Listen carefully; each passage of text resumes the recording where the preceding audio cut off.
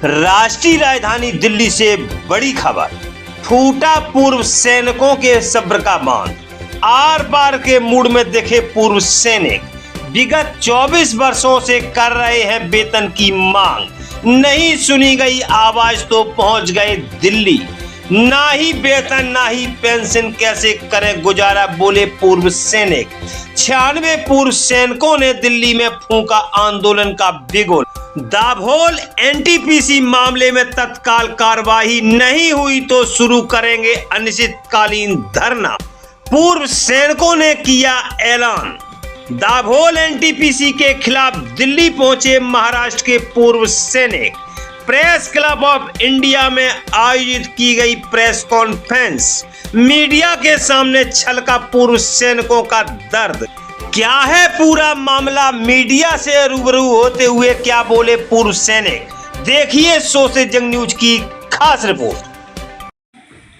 सम्माननीय यहाँ उपस्थित पत्रकार भाई और बहनों, सबसे पहले हम क्लियर करना चाहते हैं कि आज हमारा फौज में से आज तक पत्रकार इनके महानुभावों से कभी हमारा बातचीत हुआ नहीं। अगर बातचीत करने का हमारा तरीका खड़ा होता है फौज में, अगर बोलते समय कोई नुक्स हो जाए तो आपके लिए नहीं है, वो हमारी भाषा के अनजानता के लिए है। उसके लिए हम सबसे पहले आप सबकी सॉरी मांगते, आप हमें समझ के लिए धन्यवाद। अभी दाभोल पावर कंपनी जब शुरू होना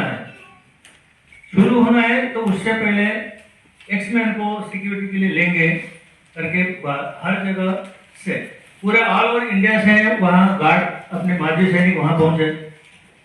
माजी सैनिक ने वहाँ इंटरव्यू दिया। सबसे पहले उन्होंने जो कंपनी शुरुआत की स्ट्रक्चर बनाने वाली, वो बैटल इंटरनेशनल थी, उसमें सिक्योरिटी ओपन किया। ये सब दाभोल पावर के अंडर में थे। मेन कंपनी दाभोल पावर, उसके अंडर में ही सब थे, लेकिन वो कंस्ट्रक्शन कंपनी थी, तब बाकी कोई सिक्योरिटी उनका ऊपर नहीं था।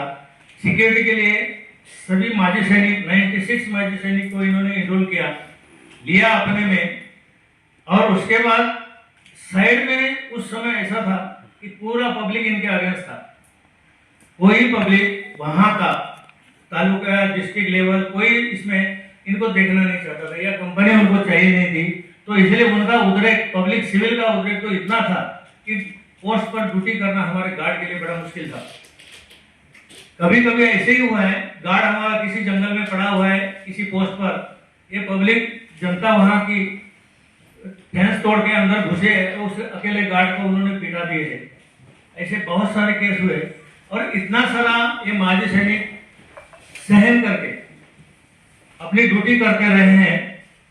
और ड्यूटी के दौरान बाद में करते करते स्ट्रक्चर चलता रहा, बनता रहा वहां पर। साथ में ही हम जहां थे वहीं थे, तो उस कंपनी में हम लोग सर्विस कर रहे थे। उसके बाद स्ट्रक्चर धीरे धीरे खड़ा हुआ। खड़ा होने के बाद अब सिक्योरिटी उनको गरज थी, तो उन्होंने ऐसे डायरेक्ट कंपनी में दाभोल पावर ने लिया नहीं।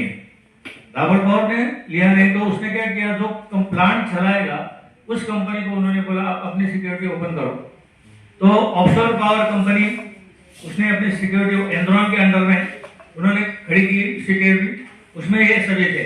ये शुरुआत से लेकर इसके फाउंडेशन से लेकर ये पूरे हमारे 96 जवान थे, वो सब के सब उस समय के हो गए, इनरोल हो गए, ड्यूटी शुरू हुआ। लेकिन एक फौज को जैसे हम समझते कि हम जैसे दुनिया दूसरे के रिस्पेक्ट करते, वैसे फौज के रिस्पेक्ट किसी ने किया नहीं। बदतर हालात वैसे थे कि एक सिविलियन गार्ड जो होते प्राइवेट सिक्योरिटी, उससे भी बदतर उन्होंने हाल किया हमारा। हम सहन करते रहे, मतलब कहीं भी किसी भी फैसिलिटीज में वो उनको ऐसा समझते नहीं थे हमको, इधर आओ वो जाओ, ये ऐसी लैंग्वेज। और फिर भी ड्यूटी करते रहे। करते करते स्ट्रक्चर खड़ा हो गया। सिक्योरिटी हमारा ऑफशोर में चालू हो गया। ऑफशोर में चालू होने के बाद उनका जो हर तरह से जो था प्रॉब्लम वो चलता ही रहा। फिर धीरे धीरे प्लांट चालू हो गया, स्टार्ट हो गया। प्लांट शुरू होने के बाद 2-4 साल निकल गए। फिर उनको कोई क्या हुआ कंपनी का हम बोल नहीं सकते। तो वो सिक्योरिटी अभी उन्होंने क्या किया, जो डीपीसी कंपनी था, दाभोल पावर प्रोजेक्ट, जो मेन मालक था, उसके अंदर उन्होंने ट्रांसफर कर दिया। उन्होंने एज इट इज हमको लिया करके बोला, लेकिन ऐसा हुआ नहीं। उन्होंने भी क्या किया, दाभोल पावर में हम लोग सर्विस किए उसमें। फिर कुछ बाद वो कंपनी के जो कोई प्रोटेक्शन के बारे में या जो कुछ प्रॉब्लम उनके हुए, उसके लिए उन्होंने क्या किया कि धीरे धीरे धीरे अपनी कंपनी वो बंद होने लगी। तो वो हमको वहां पर रखे रहे। हम लोग 96 से लेकर लास्ट तक थे, कभी हमारा कोई प्रेजेंट नहीं, ऐसा हुआ नहीं। हम हर समय ड्यूटी किया, चाहे कितनी भी मैनेजमेंट बदली, कोई भी आया, लेकिन हमारा जवान हर 3 शिफ्ट में जाके ड्यूटी करते रहा है। फिर इन्होंने जब लास्ट में कंपनी बंद होने लगी, अब पता चलने लगे अब कंपनी प्लांट बंद हो रहा है, तो उस समय उन्होंने कोर्ट रिसीवर को बुलाया है। कोर्ट रिसीवर को बुलाया तो उनके अंडर में जाना है चाहिए। तो कोर्ट रिसीवर के लोग आ गए, उन्होंने बोला भाई ऐसे ऐसे। तो हम लोग मीटिंग लिया, उन्होंने मीटिंग लेने के बाद चार्ज लिया। तो कोर्ट रिसीवर हमको एक बोला, प्रॉमिस किया, भाई आप लोग मेन कंपनी के सिक्योरिटी गार्ड हो, अभी हम लोग कुछ दिन के लिए चार्ज ले रहे हैं, और जब भी आपकी वो दोबारा वो कंपनी आ जाएगी तब आपको एज इट इज वो रख लेंगे। हम उस बात को भी मानते हो, कोर्ट रिसीवर था, कोई अथॉराइज पर्सन थे, इसलिए बोला चलो बात वो सही है। तो उसके बाद हम लोग उनके अंडर में सर्विस करते रहे। धीरे धीरे उन्होंने क्या किया, ग्रुप 4 सिक्योरिटीज को कॉल किया है, उसके अंडर में देने के लिए वो बात बोले हैं। तो हमको मंजूर नहीं था, लेकिन हमारे पास कोई रास्ता भी नहीं था। क्यों? उन्होंने पुलिस फोर्स लगाई है चारों तरफ से, 3 बटालियन और सेक्शन वाला के खड़ा कर दिया, ये करो नहीं तो आउट, वो हालात कर दिए। तो हम लोग वो धीरे धीरे धीरे वो ड्यूटी करते रहे उनके अंडर में। उसके बाद इस कंपनी में ड्यूटी करते समय जो गार्ड्स थे हमारे, उनको बहुत सारा हरासमेंट हुआ। साथ में अभी ग्रुप 4 आरजीपीपीएल कंपनी उन्होंने स्टैंड कर दिया। आरजीपीपीएल को खड़ा करने के बाद जो हुआ है बात, अभी हमारे पवार साहब बोलेंगे, आगे का प्लीज। हम लोग जब एनटीपीसी ने टेक ओवर किया वहां पर, तो हम लोग वहां पे सिक्योरिटी गार्ड के पद पर ही थे, लेकिन हमारा रहने की व्यवस्था अंदर, जैसे हमारे साथी ने अभी बताया, तो हमको बाहर जाना चाहिए करके उन्होंने हमारा लाइट और पानी बंद किया था, जबकि एक शत्रु के साथ करता है। लेकिन हमारे देश में हमारे साथ ऐसा हुआ, पानी नल बंद किए और लाइट ऑफ किया, कट किया, ताकि अंदर ना रहे और बाहर चले। यही मैं बात क्लियर करना चाहता था। रही दूसरी बात, जब हम लोग किसी, आप भी सभी जानते हैं और हम भी जानते हैं कि हम किसी कंपनी में इंटरव्यू देते हैं, अगर इंटरव्यू देने के बाद एग्रीमेंट हो जाता है, परमानेंट कंफर्म साल के बाद लेटर मिल जाता है, और उसके बाद में हम कंटिन्यू जॉब करते हैं, और उस ऐसा होने के बाद में हमको आज 24 साल हो गए हम इस न्याय में तरस रहे हैं। ना कोई सरकार हमारे ऊपर ध्यान दे रही है, ना कोई कंपनी ध्यान दे रही है, और कोर्ट से हमको तारीख पे तारीख मिलती जा रही है। और हम लोग 24 साल हो गए, हम 96 में से करीबन 12 साथी हमारे स्वर्गवास हो गए, तभी हमको न्याय नहीं मिल रहा है। तो हम यही रिक्वेस्ट करते हैं कि आपके तरफ से भी थोड़ा कुछ हो जाए और हमको न्याय मिल जाए।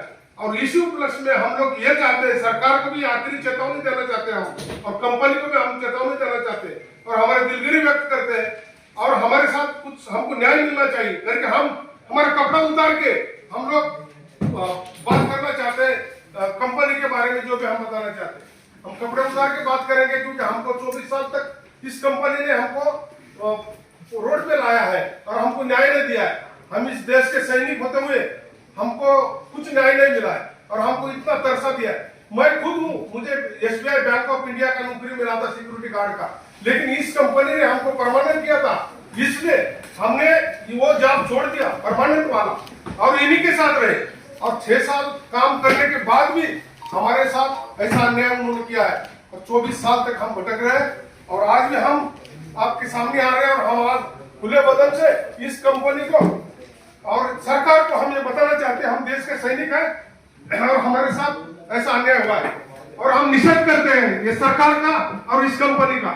और हमको न्याय मिलना चाहिए, या तो कुछ ना कुछ हमको मिलना चाहिए। कुछ काम कुछ भी होता है इसके रास्ते न्याय की तरफ से मिलेगा, या तो हमको कोई आपस में कुछ सेटलमेंट भी हो सकता है अगर कोई चाहे तो, वो तो करके हमारे कुछ ना कुछ हमको मिलना चाहिए।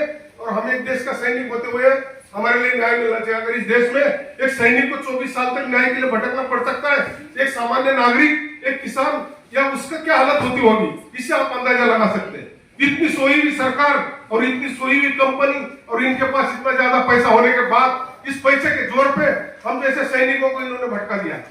हमारी यही रिक्वेस्ट है सरकार से, कंपनी से और आप सभी मीडिया भाई से कि हमको न्याय मिलना चाहिए और हमारे न्याय के लिए कुछ ना कुछ आप हेल्प कीजिए, मदद कीजिए, यही मैं रिक्वेस्ट करना चाहता हूँ।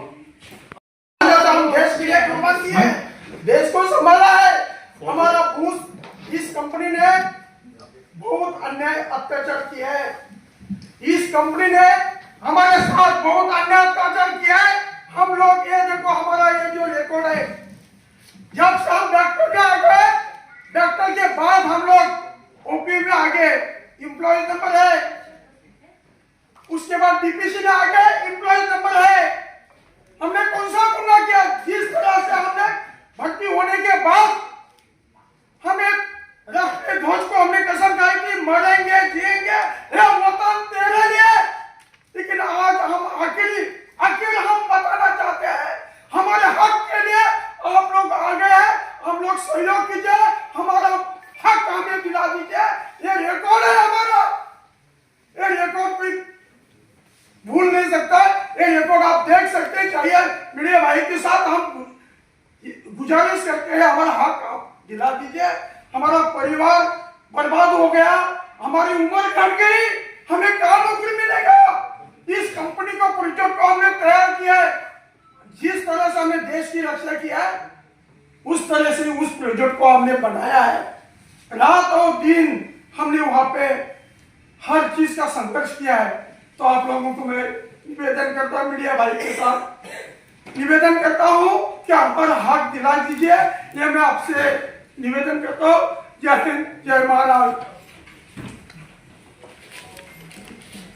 अभी हम बोलना तो बहुत कुछ चाहते हैं, बोल नहीं पा रहे।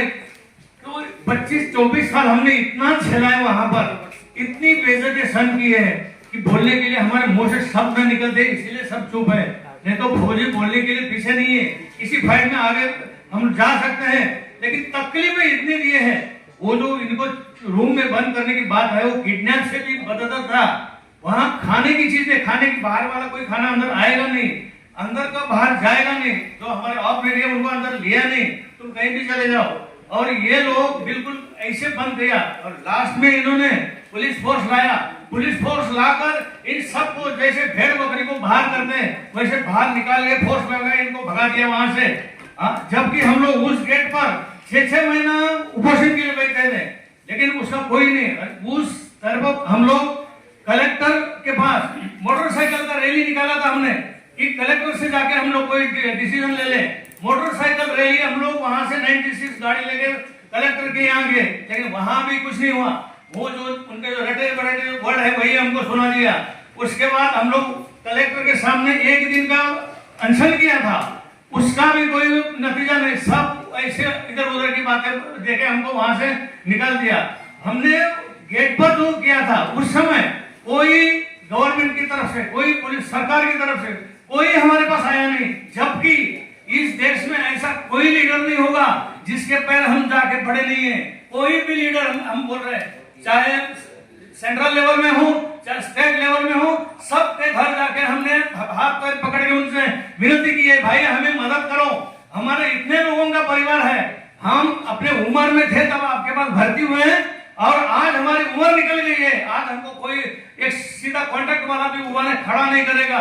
तब भी किसी भी गवर्नमेंट ने, किसी भी फोर्स ने हमको सपोर्ट नहीं किया। बेइज्जत पक्का किया है, बेइज्जत इतना किया है कि हम लोग सुपरवाइजर ड्यूटी करते थे, मौका ऐसा उन्होंने देखा, हम लोग ड्यूटी से बाहर गए, कुछ लोग जब वापस आए तो उन्होंने हमारे गेट में एक लेटर दे दिया कि उसमें क्या लिखा है उन्होंने कि बाहर 2-4 कोई अनजान लोग घूम रहे हैं, उनको वहां से भगा दो। वो कौन? वो जो हमने उनके साथ इतने महीनों ड्यूटी किया है, वो हमको एक दिन में पहचानना भूल गए कि हम लोग कौन है करके। इसी तरह से हमको उन्होंने अंदर आने नहीं दिया लास्ट तक। फिर क्या हुआ, जब इनको बाहर किया तो हमारा पूरा प्राइवेट सामान, जो भी अपना पर्सनल सामान है, वो हमारा रूम में था, वो बाहर निकालने नहीं दिया। हमारा सामान आज ही उस कंपनी में पड़ा हुआ है। तो बिना सामान लिए, बिना अपना कुछ, जो भी अपना कीमती चीजें थी वो वही की वही रह गई, और कंपनी ने अंदर आने नहीं दिया हमको। कोर्ट में भी वो हमेशा ये आते थे एनटीपीसी के लोग, लेकिन कभी उन्होंने वो मंजूर नहीं किया हमको। हमारी तरफ कभी बात, कोर्ट में भी उन्होंने बात सुनी नहीं किसी की, कोर्ट की समझा रहे थे उनको, तब भी बात सुनी नहीं, और हालात ऐसे कर दिए। उस समय हमारी जो उम्र थी, उस समय बच्चे तो कॉलेज या उसमें जा रहे थे, उस समय पैसे की जरूरत थी हमको। वो बच्चों के हमारी पढ़ाई आदि छूट गई, क्योंकि उतना हम फीस भर नहीं सकते थे, ना हमारे पास उस समय पैसा था। और किडनैप लोगों का तो हालत ही पूछो मत, वो खाने के लिए परिवार में जा नहीं पाए, उनका परिवार का कोई पालन पोषण नहीं कर पाए। उनकी हालत ऐसी होगी कि कुछ महिलाएं दूसरों की जाके बर्तन मारना पड़ा उनको। अगर मर्द घर में नहीं आता है तो वो क्या करेगी? तो बर्तन मार के अपने बच्चों का वो परिवार किया है कुछ महिला ने वहां पर। इतनी बदतर हालत की हमारी, और हमको कहीं का नहीं छोड़ा है। बोलना बहुत चाहते हैं, फौजी रोता नहीं। जी हाँ साथियों, अगर अभी तक आपने हमारे चैनल सो से जंग को सब्सक्राइब नहीं किया है तो सब्सक्राइब जरूर करें और बेल आइकन दबाना ना भूलें, ताकि हर लेटेस्ट धमाकेदार खबरों की अपडेट आप तक पहुंचाई जा सके।